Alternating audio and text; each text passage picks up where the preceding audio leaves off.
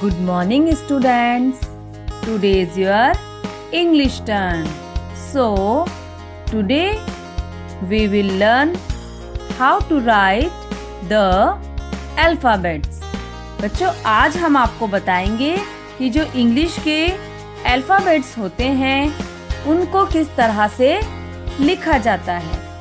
तो सबसे पहले आपको पता होना चाहिए कि अल्फ़ाबेट्स को लिखने के लिए हमें किन किन चीज़ों की आवश्यकता होती है या फिर हम किन चीज़ों का यूज़ करते हैं। तो बच्चों देखिए, सबसे पहले हमें पता होना चाहिए।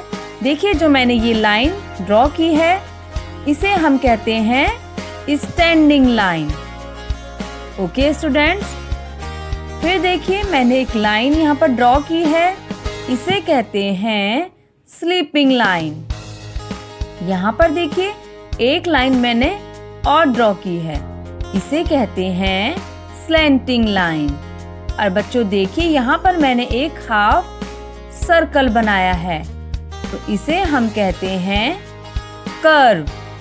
सो बच्चों, आज हम इन सभी की हेल्प से इंग्लिश अल्फ़ाबेट्स को बनाना सीखेंगे। तो आज मैं आपको बताऊंगी कि A to E अल्फ़ाबेट्स हम किस तरह से लिखते हैं। So now let's write alphabet A।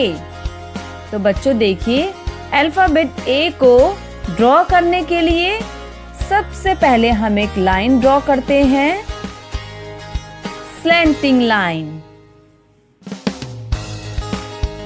Again slanting line, then sleeping line. So this is A for apple. Again try करते हैं, slanting line, slanting line, sleeping line, A for apple. So बच्चों, आपको भी इसी तरह से A for apple बनाने की प्रैक्टिस करनी है। नेक्स्ट आता है बच्चों A for apple के बाद B for ball। So top of the start करेंगे हम टॉप से। Standing line, curve, again curve. This is B for ball. Again practice करते हैं, standing line, curve, again curve, B for ball. आपको भी बच्चों इसी तरह से B for ball बनाने की प्रैक्टिस करनी है। B for ball के बाद आता है बच्चों C for cat। Top of the start, curve, या हम इसको हाफ सर्कल भी कह सकते हैं। Okay, this is C for cat। Again practice करते हैं, C for cat। आपको भी बच्चों इसी तरह से C for cat बनाने की प्रैक्टिस करनी है। नेक्स्ट आता है बच्चों D for doll। Now let's write D for doll। Top of the start, standing line, then curve.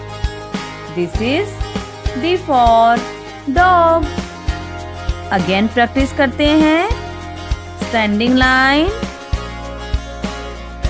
curve, D for dog. So बच्चों, आपको भी इसी तरह से D for doll या फिर D for dog भी बोल सकते हैं। इनकी प्रैक्टिस करनी है। नेक्स्ट आता है बच्चों आपका E for elephant। Now let's write E for elephant। Top of the start, standing line, sleeping line, again sleeping line, again sleeping line। This is E for elephant। Again practice करते हैं। Standing line, sleeping line, again sleeping line, again sleeping line. E for elephant। तो बच्चों आपको भी इसी तरह से E for elephant बनाने की प्रैक्टिस करनी है।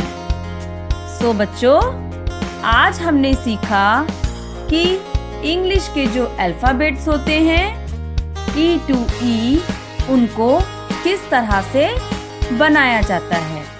सो बच्चों आपको भी इनको लिखने की प्रैक्टिस करनी है। Okay students, thank you.